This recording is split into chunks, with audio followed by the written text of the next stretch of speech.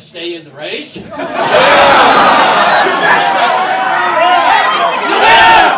said I'm going to stay in as long as my supporters want me in.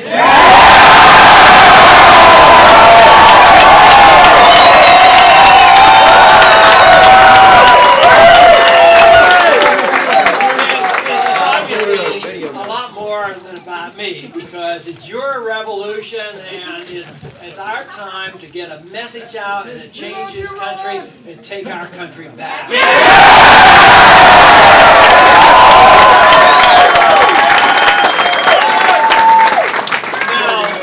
I don't know, I assume most of you watch the debates. You think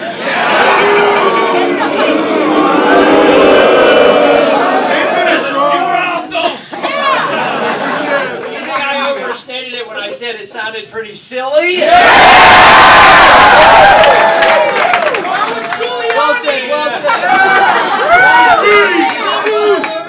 It is true, we're not at the top of the heap, but we're moving. Once there were 11, now there are 4.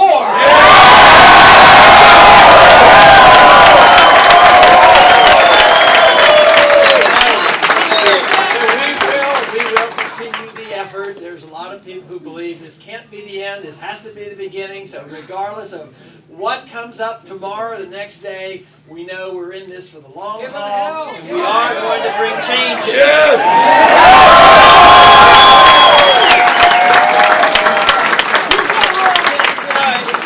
It does exasperate me at times when you hear questions asked like tonight, what are you going to do? How are you going to manage the economy? You know? It's like saying, how am I going to manage your lives? This is the whole thing. I would like to be president because I don't want to manage your lives. I don't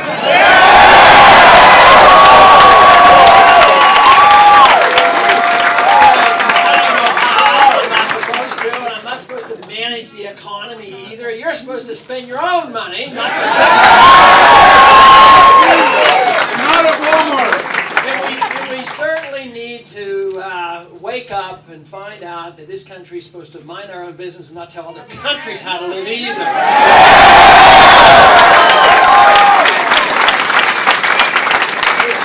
Obviously, business are opening how to get back on the right track and get this budget under control. $1 trillion a year to manage an empire, totally unnecessary. What we want to do is bring the troops home. That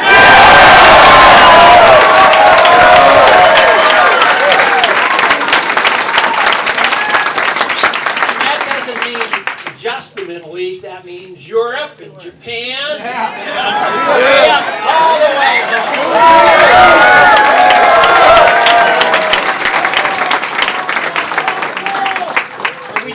We do face very serious problems because we have an attitude in this country that has unfortunately been prevailing for quite a few years, but it got a lot worse after 9/11.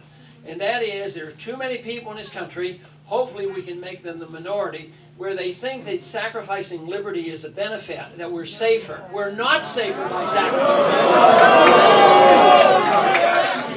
And yet, this is the status today. You know, under conditions of war, the people are supposed to sacrifice their liberty. So if there's a war going on in Iraq and around the world, and then this notion that we have to have this perpetual war against terrorism means one thing. They want to put fear into our hearts so that we give up our liberties, and unfortunately, that has been what's happening. The President and the executive branch have been doing this for years, and the real tragedy is that Congress won't even stand up and fight for our freedoms either.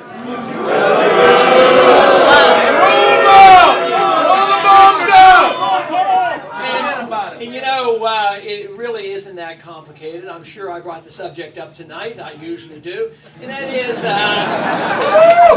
the problems are out there. We got there because one thing we did wrong, and that is we don't obey the law. And that's why we can solve a lot of our problems just by obeying the Constitution.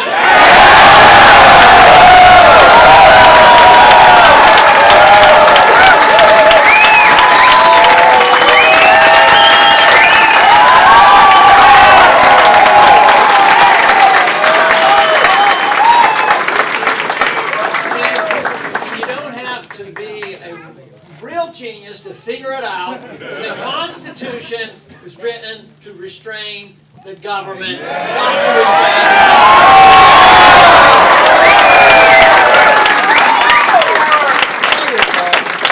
I've been constantly asked, you know, our position on taxes is not too difficult, what we want to do there. But the question I always get is, what are you going to do? How's the government going to be run if you don't have an income tax? And I say, what tax are we going to have? Like nothing. But that won't work unless we cut spending. The key question that we as a people, and actually the younger generation, will have to answer each time is, what should the role of government be?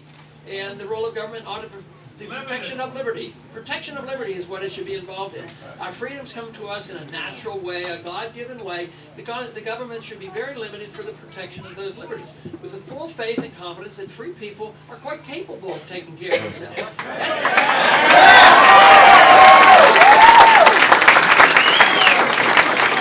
One of the shortcomings of conservatives and libertarians over the many years has been that we come up short in the defense of freedom because the liberal big spenders take the moral high ground and say that those who believe in liberty and free markets have no compassion.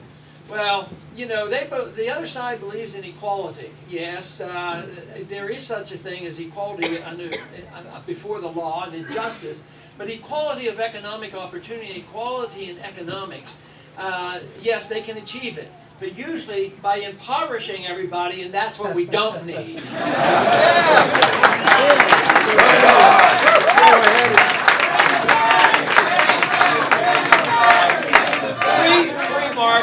Free markets do work, and we have to learn how they work. We have to learn about how low taxes and less spending is really beneficial to everybody. But tonight I did get a chance to talk a little bit about monetary policy. I didn't say it as clearly as that is, when it comes to monetary policy, there's a very simple solution. You just get rid of the Federal Reserve system.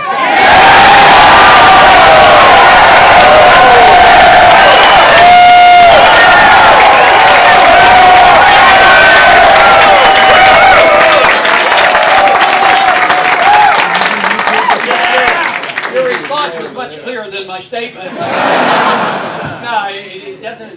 doesn't make much sense. And I think anybody with a little common sense can figure it out. That if you allow a government to spend endlessly and to print the money when they need it, they're going to do it. So you don't trust the government to do that, and yet we're doing it. And once again, they've done it thousands of years. Actually, they've destroyed currencies. It usually comes under conditions of war.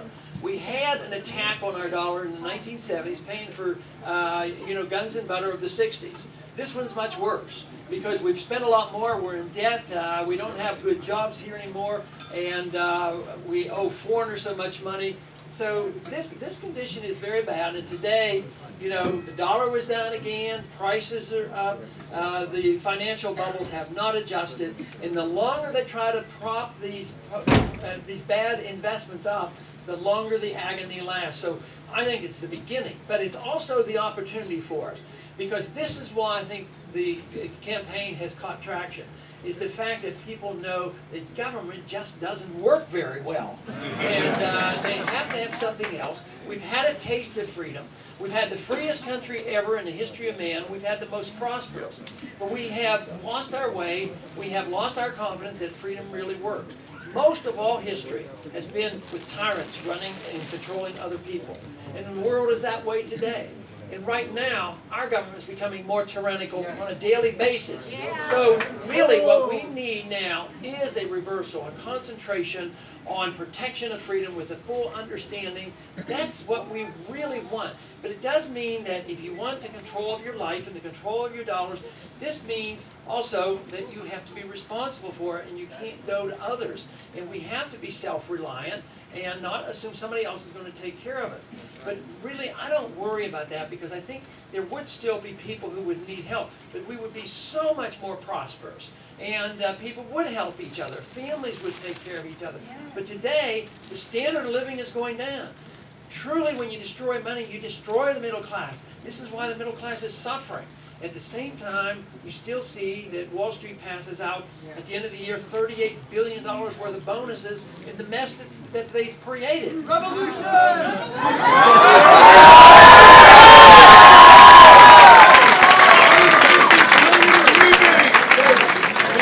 We are truly in a revolutionary time, and a revolutionary spirit exists.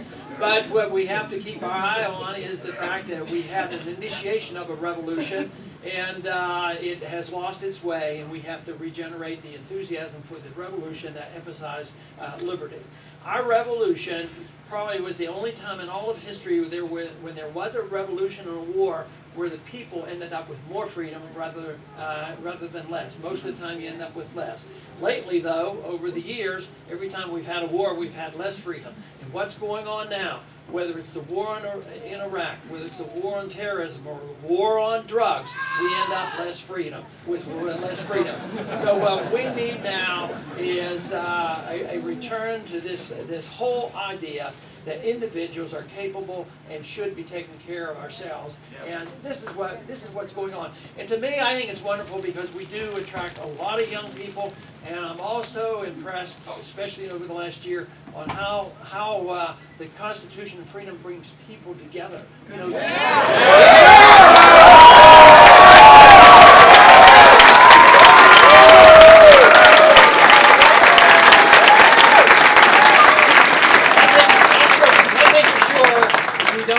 Alike. We look different, but we come together. What we have today is very divisive. Socialism and fascism and welfareism, when the government controls everything, we have to fight over everything that happens because they take the money and they get control. And once the pie starts to shrink, it becomes more aggressive, and that's why people are getting very, very worried. So the answer can be found. It can be found very easy. It can be found in freedom. And one thing I have discovered in this last year, freedom is popular.